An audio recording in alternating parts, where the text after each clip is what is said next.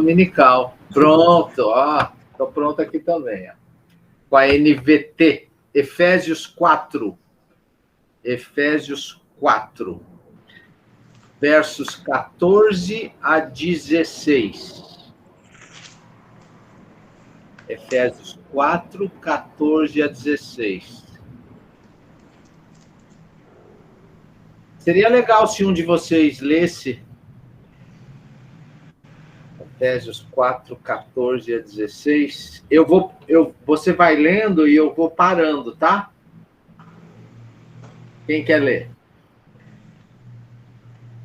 Para que não mais sejamos como meninos, agitados de um lado para o outro e levados ao redor por todo vento de doutrina, pela artimanha dos homens, pela astúcia com que conduzem ao erro.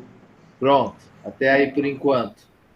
O Paulo está falando assim, ó, a gente precisa se organizar, ele está falando sobre a igreja, que Deus deu líderes à igreja, para que a igreja seja bem edificada, para que ninguém fique desse jeito aqui, tá?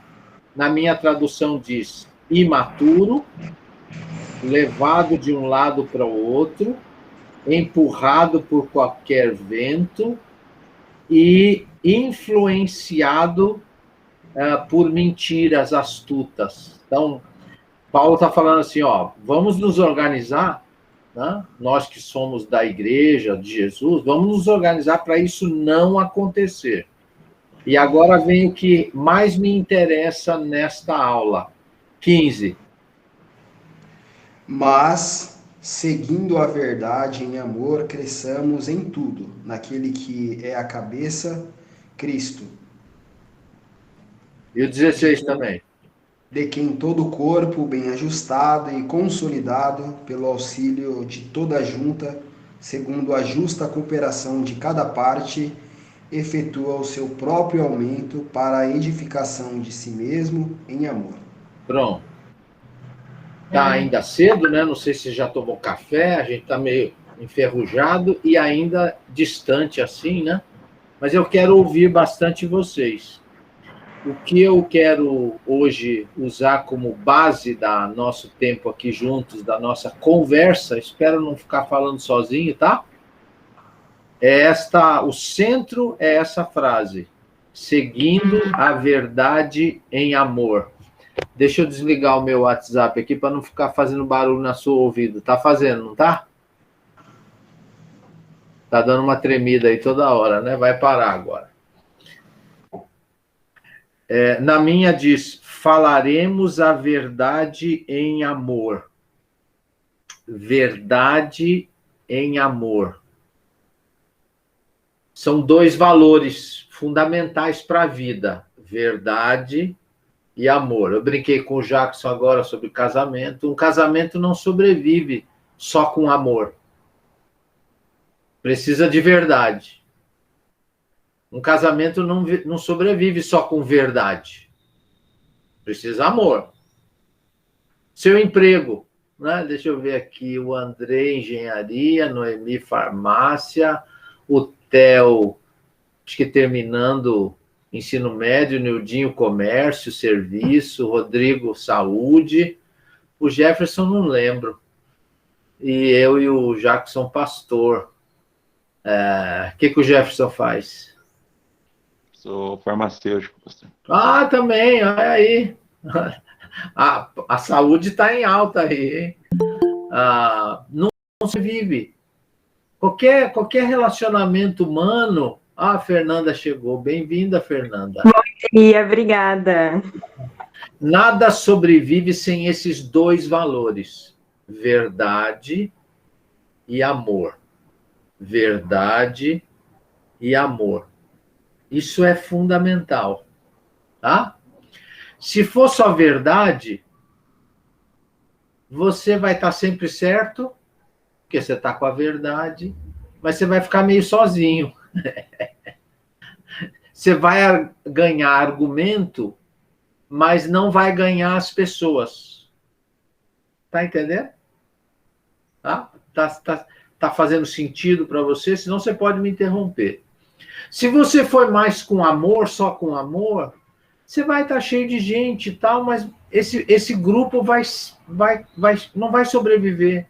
Vai acontecer o que Paulo falou, vai ser levado de um vento, vai acabar dispersando, porque não tem uma linha, não tem um limite, entendeu? Por isso Paulo acreditava muito nessa dupla, nesse tempero, nesse equilíbrio, verdade e amor. Isso aparece, alguém abre aí, isso aparece em Provérbios 16, 6, a primeira parte do versículo. Só a primeira parte. Provérbios 16, 6. E aí, Vitor, que bom que você está aqui com a gente também. Entrou um Vitor aí.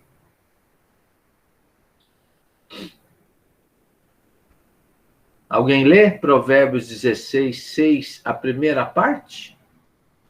Pela misericórdia e pela verdade se purifica a iniquidade.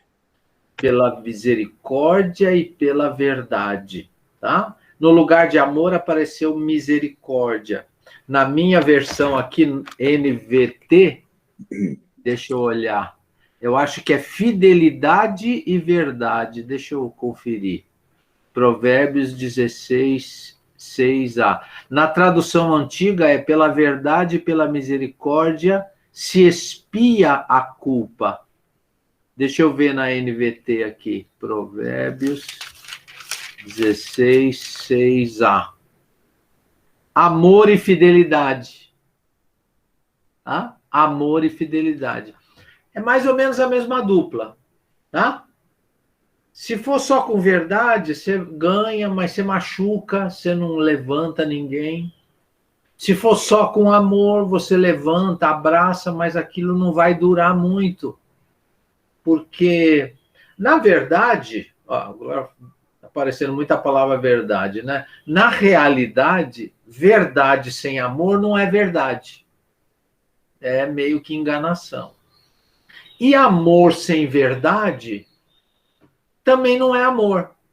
Pelo menos na definição cristã do que é verdade e do que é amor. Entraram no clima ou não? Vocês estão calados assim? Eu preciso ficar perguntando toda hora. Tá? Vou dar um exemplo. Uma conversa de Jesus com a mulher samaritana, em João 4, que todo mundo conhece bem. Se não lembra, vai abrindo lá em João. Tá? Teve muito de verdade naquela conversa. Lembra? Na beira do poço e tal. Né? Eu sou o Messias. A mulher uma hora falou assim, o meu pessoal diz que é nesse monte que adora, e vocês dizem que é no outro monte. E Jesus fala, não, é no meu monte, é no monte dos judeus. E ainda diz assim, a salvação vem do judeu. Isso é bem, a gente quase diria, se não fosse Jesus, né, que é quase preconceituoso, né? A salvação vem dos judeus. Eu sou o Messias. Essa água do poço aqui, você bebe e tem sede de novo. Eu tenho uma água que você bebe e nunca mais tem sede. Veja quanta verdade, né? Vou usar a palavra meio errada para defender minha tese, tá? Quanta agressão Jesus faz, né? Ele provoca a mulher. Ele faz um horrível entre aspas, tá? Quando a mulher está quase se convertendo, ele diz assim, chama o teu marido. Lembra? Essa doeu muito. Doeu tanto que ela logo respondeu, não tem marido. Aí Jesus, não satisfeito, apunhala ela ainda mais profundo. Diz, eu estou sabendo. Isso é horrível, né? Eu estou sabendo. Você não tem marido porque você já teve 5 maridos. E esse 6º nem é marido. Jesus sabe de tudo, né? É difícil conversar com Jesus. Ele entra na intimidade da mulher e diz, você foi para o cartório 5 vezes já casar E aí você até desanimou, nem no cartório você foi dessa vez. Uma coisa assim. Acho que se eu falar assim, desse jeito com alguém aqui na igreja, provavelmente ela vai sair da igreja. Verdade, assim, doída. É ou não é? Mas no mesmo dia, no sol mais quente, ele demonstrou incrível amor por ela. Para ele não tem problema ser verdadeiro e ser amoroso. Ele também é fera, né? Ele é o ideal. Ele pede água. Um ato assim de profunda singeleza. Pode me dar um pouco d'água? Isso foi tão marcante, foi tão amoroso que ela falou: é comigo mesmo? Porque os homens não falavam com as mulheres e os judeus não se davam com os samaritanos. E ele quebra. Ele podia já começar dizendo: ó, eu tenho uma água melhor que essa. Mas não, ele começa pedindo um favor. Isso é um sinal de extremo respeito a uma mulher. Era meio-dia, era o sol mais quente, não era? Quem vai buscar água no sol mais quente está tentando evitar convivência. A convivência não está muito legal. E ele quebra isso com profundo amor, profundo respeito. No texto de João diz que era necessário para Jesus passar por Samaria. O judeu, quando ia do sul para o norte, da Judéia para a Galiléia, ele não passava em Samaria. Vocês sabem disso, não? Ele atravessava o Rio Jordão, subia lá pela Transjordânia, sabe, lá do outro lado, a leste do Jordão, porque Samaria estava no meio. Aí lá em cima ele atravessava o Jordão de novo, olha que trabalhão, para ir para Galiléia. Mas Jesus, João registra, para Jesus era necessário passar por Samaria. Veja o equilíbrio entre as duas. Uma outra lembrança, eu quero ouvir vocês daqui a pouco, tá? Porque aí eu vou fazer uma provocação depois desse início. Jesus cura um leproso em Mateus 8.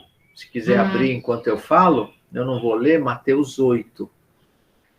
E ele também ali dá para perceber certinho a mistura de verdade e amor, de provocação e aceitação. Primeiro, ele provoca tocando no leproso. Quem conhece todo o contexto, né, o leproso, baseado na lei de Moisés, era uma pessoa que vivia fora da cidade. Se ele precisasse entrar na cidade, ele tinha um sino, e ele badalava o sino e dizia: imundo! Para todo mundo se afastar. Né? As doenças de pele eram consideradas muito contagiosas. E com o tempo ela começou a ser considerada um castigo de Deus. Quando alguém tocava num leproso, ele precisava passar por um período de quarentena. A gente está bem acostumado a isso agora, né? Com essa linguagem. Precisava passar por um período de quarentena para voltar ao convívio. Então, Jesus expressa profundo amor, ele vai lá e toca no leproso. Quantas vezes ele curou só falando, né? Às vezes à distância. Mas no leproso ele fez questão de tocar. Isso é amor. Né? Isso é profundo amor. E aí as pessoas podiam pensar: então a lei de Moisés não é importante, deixa a verdade para lá. Quando ele acaba de curar o leproso, ele diz: vai para o sacerdote. Porque Moisés disse que uma pessoa só leprosa curada só poderia voltar para o convívio se o sacerdote, que estava preparado para fazer uma... como é que é, Rodrigo? Uma pessoal da farmácia aí, da saúde, um check-up, uma verificação que ele de fato estava curado. Então, ele, ao mesmo tempo que ele ama, ele diz, olha, ama, mas espera aí. Devagar com o andor, não é tão assim. Vai lá no sacerdote. Só vai abraçar sua mãe depois de passar por sacerdote. Tem uma pitada de verdade nesse ato de profundo amor. Pegaram? Quer comentar alguma coisa, não?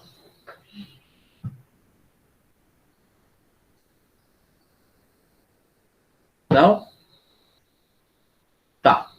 Então, a provocação. A meu ver, a cultura dominante, por isso o tema da aula, né? O subtema, a cultura dominante, que está na igreja também, que está na família, que está. A gente está. Ninguém está livre dela. Né? Está numa levada em que a verdade e o amor estão cada vez se afastando mais. Tá? Você pode verificar isso direto, né? Por exemplo, nós estamos num ano anterior às eleições federais, né? Você vai ver uma dificuldade enorme que nós temos de conversar sobre política, né? A gente não sabe mais conversar. Quem não vota como a gente tem um monte de nomes assim bem pejorativos, né? E entrou no nosso vocabulário de tudo quanto é lado, né? Esquerdopata, ou negacionistas, e a gente vai de um lado e de outro mandando adjetivo, e a gente é bom para adjetivo, né? Tem uma criatividade enorme para adjetivos. A gente não sabe mais lidar com isso. O diálogo político está assim. É comum a gente ver isso nas conversas e especialmente nas redes sociais, né? Quem não vota no que a gente acha que deve votar é mau caráter, é um imbecil, e por aí vai, né? E não é só de um lado, não, é de ambos os lados, né? Isto ficou muito difícil. Por quê? Porque esse valor bíblico cristão de juntar verdade e amor, ele não é uma coisa natural, isso é muito difícil. A nossa tendência é ou ser muito verdadeiro ou ser muito amoroso, achando que verdade sem amor funciona ou amor sem verdade funciona, mas não funciona, tá? Então, eu vou citar aqui pelo menos 3 temas bastante fáceis, a meu ver, de perceber os nossos desequilíbrios, tá? E aí, vocês estão muito calados, eu estou até meio sem graça, mas vamos ver se agora vocês discordam de mim, concordam, mas com amor, tá bom? Por exemplo, o feminismo, né? É quase unânime, ou é majoritário entre nós cristãos, dizer que o feminismo é do diabo, né? É coisa do mal, esse mundo podre, né? Mas o feminismo é uma reação que pode ter coisas que não são cristãs, mas tem muita coisa cristã na luta das mulheres, né? E nós temos aqui hoje 2 só. 2 mulheres, né? Fernanda e Noemi, né? As estatísticas mostram que vocês fazem o mesmo trabalho que a gente, e ganham menos nas empresas. Né? Assédio no trabalho é muito comum. Né? A violência contra a mulher, a violência doméstica contra a mulher aumentou demais. Eu não estava aqui mais, eu já estava saindo, mas quando eu estava saindo aqui da igreja ontem, 6 da tarde, ainda estava claro, devia ser um pouco antes das 6. Tinha uma briga entre um homem e uma mulher, briga física. A violência contra a mulher aumentou demais. Né? O fato de, biologicamente, vocês, mulheres, terem útero, torna a gravidez sem família um problema enorme para vocês. E um problema muito menor para nós, homens. E a vida segue. Né? Um casal fica com criança sem ter formado família, sem ser marido e mulher, a mulher paga muito mais caro por isso. Paga caríssimo. E para fazer o homem pagar, às vezes tem que justiça, uma confusão. A lei até melhorou no Brasil a esse respeito. Né? Vocês, mulheres, são muito cobradas pela forma física. Né? A barriguinha de um homem é bonitinha. Né? Um pneuzinho elegante. O cabelo branco, eu estou ficando com cabelo branco. Né?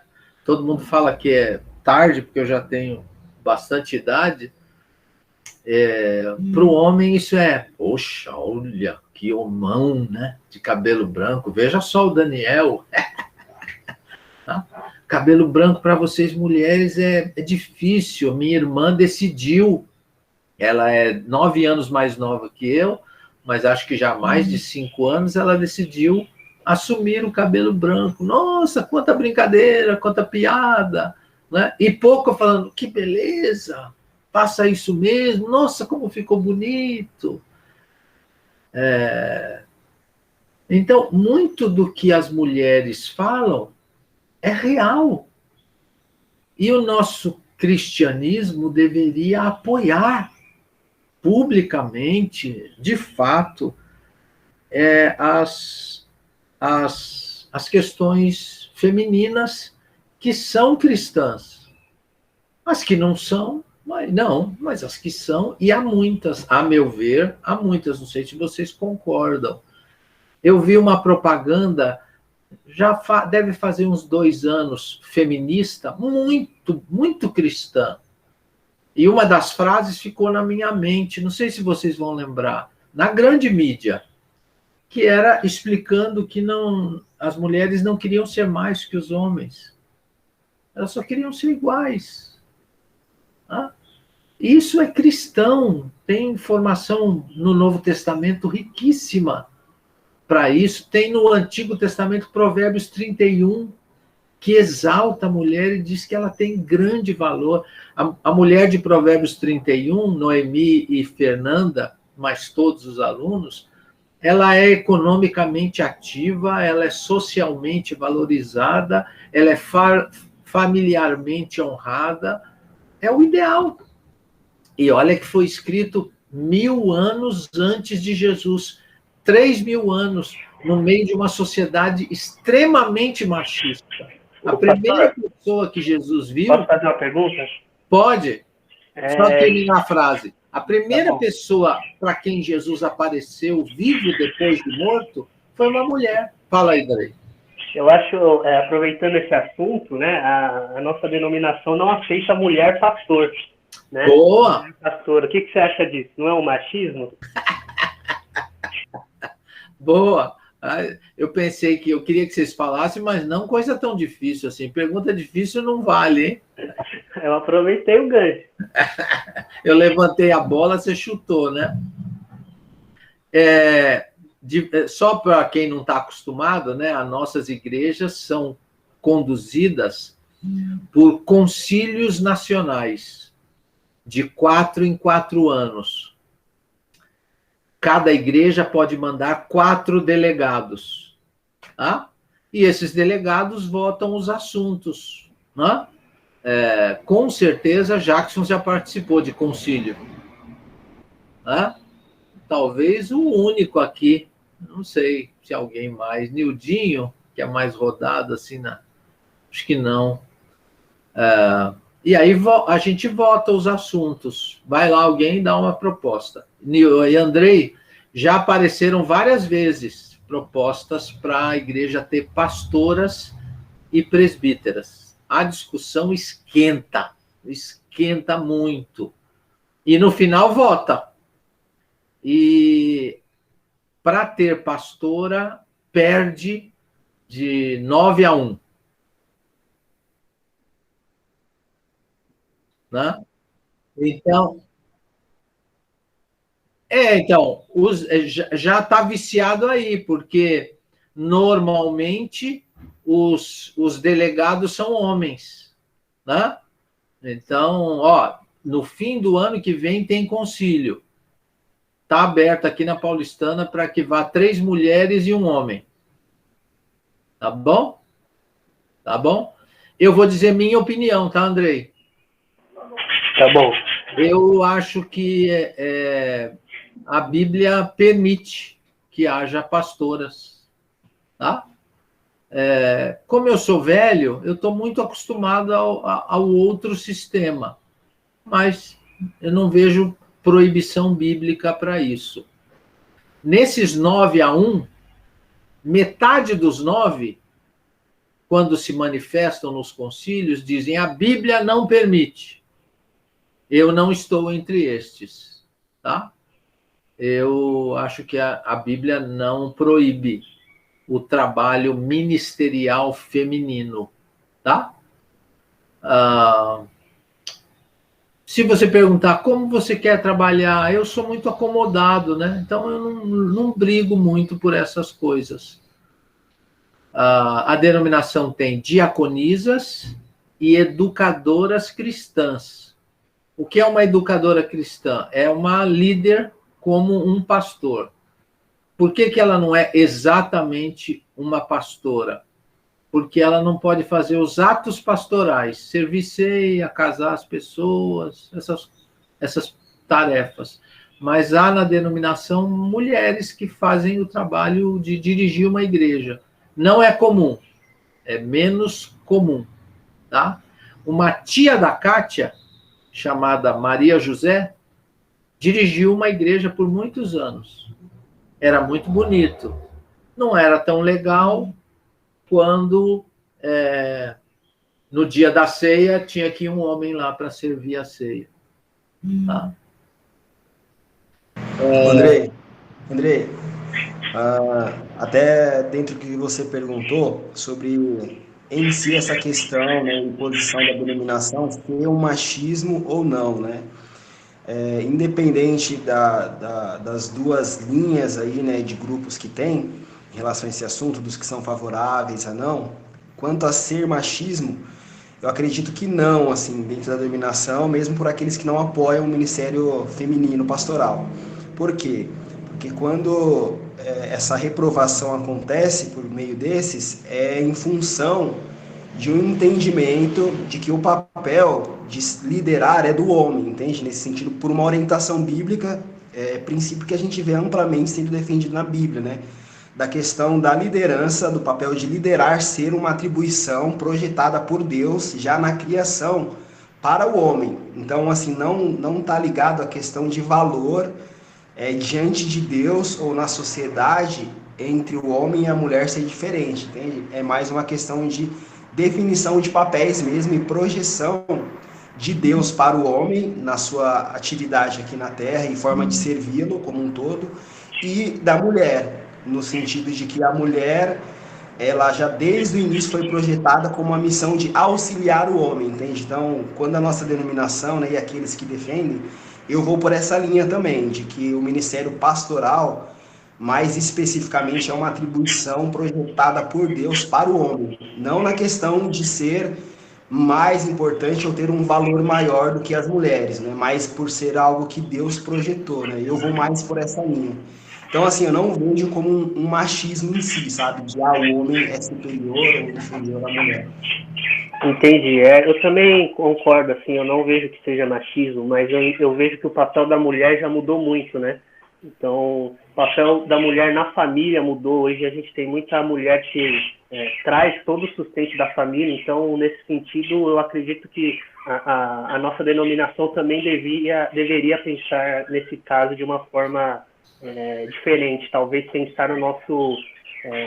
como que a nossa sociedade está vendo o papel da mulher hoje, né? Mais nesse sentido.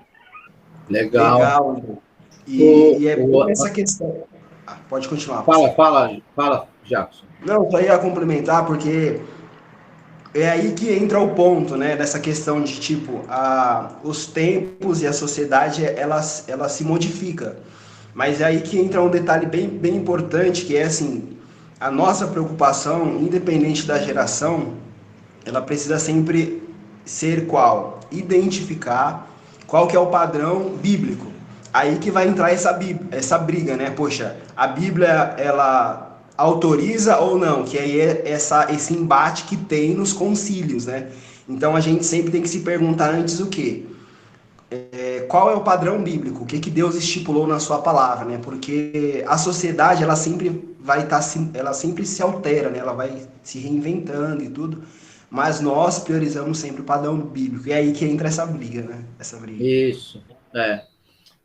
Só para vocês perceberem como vai ser duro o concílio se aparecer essa proposta, tem, como a Noemi falou, tem que ter mais mulheres, porque não diz delegados do sexo masculino. As igrejas têm que mandar delegados, 4, tá? E também não quer dizer que se a mulher for, ela vai votar. Pode ser que a favor, pode ser que a mulher ache que não. Eu não acho que o meu papel é dirigir uma igreja. Ela pode achar isso, né? E tem a questão teológica, né? Você vê que bonito que está aqui, né? Nós estamos percebendo que o Jackson acha que a Bíblia afirma que a mulher não pode ser pastora por causa do modelo do lar, né? Da formação do lar, e eu faço uma separação um pouquinho de que o modelo do lar necessariamente não precisa ser replicado na igreja. Um hospital pode ser muito bem dirigido por uma mulher. Até um país, a Angela Merkel saiu agora de, sei lá, uns 15 anos à frente da Alemanha, e a Alemanha foi muito bem. Margaret Thatcher, e aí por diante. É uma discussão muito difícil, né? O Novo Testamento, Paulo tem um texto dificílimo, que ele diz que a mulher tem que ficar calada na igreja. Já leram? É complicado. Veja. E aí, olha, tá bem no clima. Obrigado, Andrei. Foi demais você falar isso, porque é exatamente isso que eu queria provocar, né? As pessoas não estão sabendo falar a verdade em amor, né? Elas acham que a teologia delas é a teologia, né? Percebe? Isso é meio sutil, né? O que ela entende que a Bíblia diz é o que Deus diz. Nem sempre. Aliás, nesse tema, não agora, mas especialmente na Idade Média, a igreja cristã julgava a mulher como a culpada pela queda. E que, por isso, o homem devia se aproximar da mulher só para procriar. Isso era uma teologia em voga em boa parte da igreja, até majoritariamente. Quem lê a história lembra disso. Então, é muito fácil ler a Bíblia de modo viciado. Outro tema complicadíssimo, talvez nesse momento mais difícil, a comunidade LGBTIA+, que eu mesmo nem sei definir o que significa cada letrinha dessa muito bem, né? Como lidar com esse assunto, com essas pessoas, com esse assunto, esse valor, e com essas pessoas, esse valor, né? Que as pessoas são muito mais importantes que os assuntos. Com verdade e com amor. A cultura nossa é de só verdade ou só amor. Não é? É difícil você ver um pastor falando sobre esse assunto com amor. Ele fala muito mais com verdade do que com amor. Difícil você ler um livro cristão sobre esse assunto, em que esse assunto é tratado com amor. É só verdade. Né? E eu fico pensando que até as nossas reuniões, né? Para quem é da Paulistana aqui, por muitos anos, não foram semanas, não, por muitos anos, a gente tinha meninos e meninas com essa aparência. Né? E é um trabalho duro, né? De evitar piada, né? De evitar brincadeiras nessa área que a gente faz, né? Eu, por exemplo, eu tenho 1,70 m, eu tinha 1,75 m, agora tenho 1,74 m. Você acredita? Estou dando aula para jovens, né? Você nunca pensou nisso, que você vai diminuir. Noemi, que já é alta, vai ficar mais baixinha. Né? Veja só, eu já diminuí. Mas na minha adolescência eu tinha 1,5 m. E meu apelido era Hércules. Eu era magérrimo. Eu pedia para minha mãe levar no médico. E o pessoal brincou comigo a adolescência inteira. Hoje eu não ligaria muito, mas naquela época foi difícil para mim. Então, brincar com esse assunto não devia acontecer na igreja nunca. Né? No meio nosso, e a nossa palavra devia misturar verdade e amor. Verdade a gente já sabe, né? Nós somos de uma igreja, neste sentido, não inclusiva. Acho que aqui a gente, na cristã, Andrei, já que você perguntou de cristã, eu acho que isso é unânime, né? Nós não somos de uma igreja inclusiva, a gente não batiza casais, por exemplo, homoafetivos. Tá decidido o nosso conceito a esse respeito, né? Mas será que nós estamos conseguindo tratar desse assunto com amor?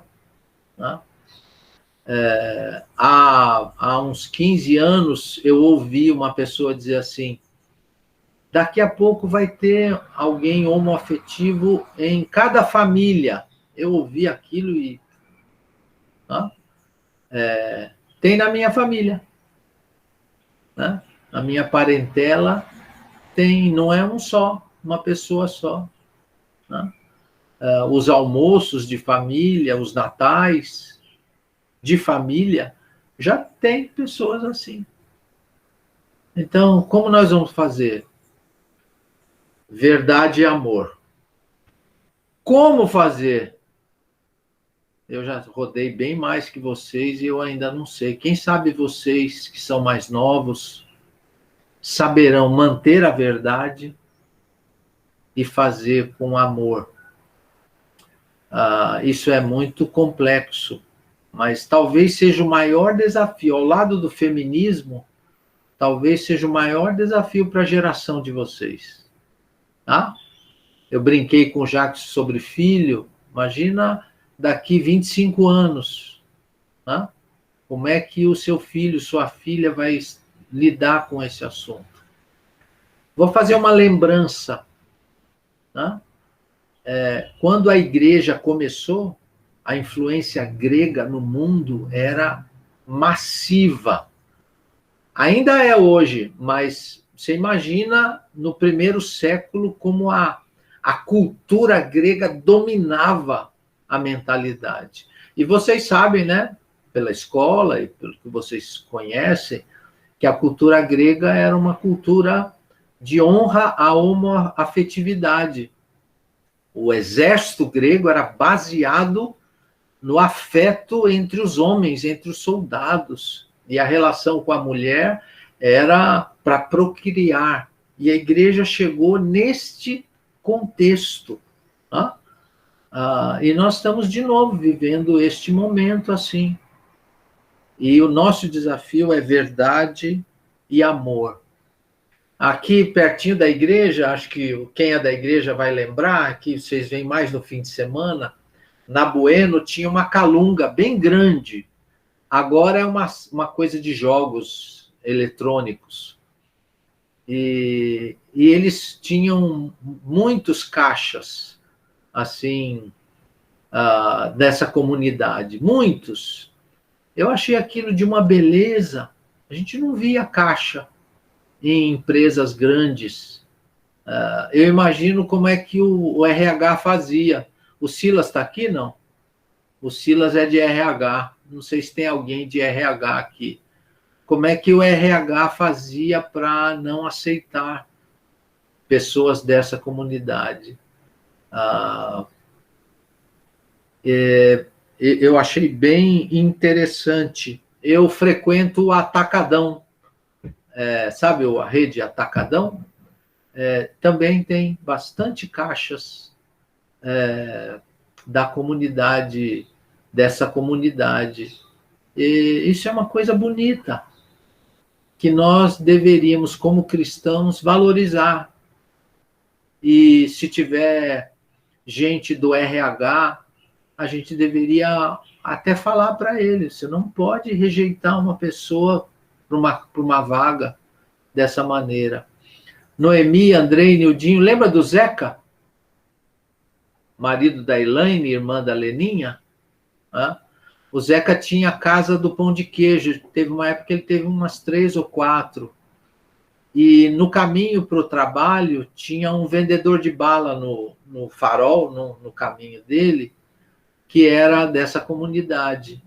E ele comprava bala para ajudar e tal. Um dia ele falou assim, você não quer um emprego? O cara falou, eu estou procurando um emprego. E ele colocou ele para trabalhar numa casa de pão de queijo no Jardim Sul, sabe aquele shopping Jardim Sul, lá no Morumbi? E os clientes começaram a reclamar. E ele resistiu, não vou distribuir, não vou, não, mas eu não quero, não posso. Deixa eu dispensar uma ligação aqui. Eu não posso, eu não quero, eu não vou mais comprar. E começaram a fazer pressão. Ele resistiu muito. Não sei se ele fez certo ou não, mas lá na frente ele viu que estava caindo muito as vendas e ele despediu o cara e falou para ele, olha, estão reclamando demais de eu ter colocado uma pessoa como você, eu já tenho resistido, mas eu vou quebrar. E ele despediu, com o coração partido. Nem sei se ele fez certo, porque ou ele quebrava ou ele mantinha. Então, há muito que se ensinar sobre sexualidade no nosso meio, sem dúvida. A Bíblia fala muito sobre isso, né? Quem é o dono do nosso corpo? É dura a palavra bíblica a esse respeito. Será que tem um jeito de fazer isso com amor? Será que tem, né? Como fazer isso? É uma provocação e até um lamento que eu faço. Mas é o desafio. A igreja primitiva fez isso. A gente não tem muito relato, mas ela fez. Ela enfrentou esse assunto. Certamente ela enfrentou no seu dia a dia esse assunto. Não aparece muito claro isso aparece problema de poligamia, né? Paulo fala assim, para ser presbítero tem que ser marido de uma só mulher. Então, aparece um pouco, mas não aparece muito casos, não aparece nenhum caso que a gente pode supor no Novo Testamento. Mas a igreja enfrentou esse assunto. E eu suponho que ela enfrentou com verdade e com amor. Mas eu estou ainda tentando. Eu tenho 40 anos de pastor, sou crente desde que eu sou pequeno, e ainda fico buscando uma maneira. Eu tenho tido momentos de estudo da Bíblia com uma pessoa dessa comunidade. E estou fazendo esse exercício de verdade e amor. Orem por mim. Mas é um desafio muito grande. Terceiro e último, o tempo já quase foi, eu só vou citar. Questões de racismo, né? Essa talvez seja dos três, conceitualmente, o mais fácil, né? Porque aí não tem jeito, né? Mas a igreja tem sido racista ao longo da história. Né? Lembra quando a teologia supunha que um dos filhos de Noé, que não respeitou ele, foi castigado com uma cor na pele?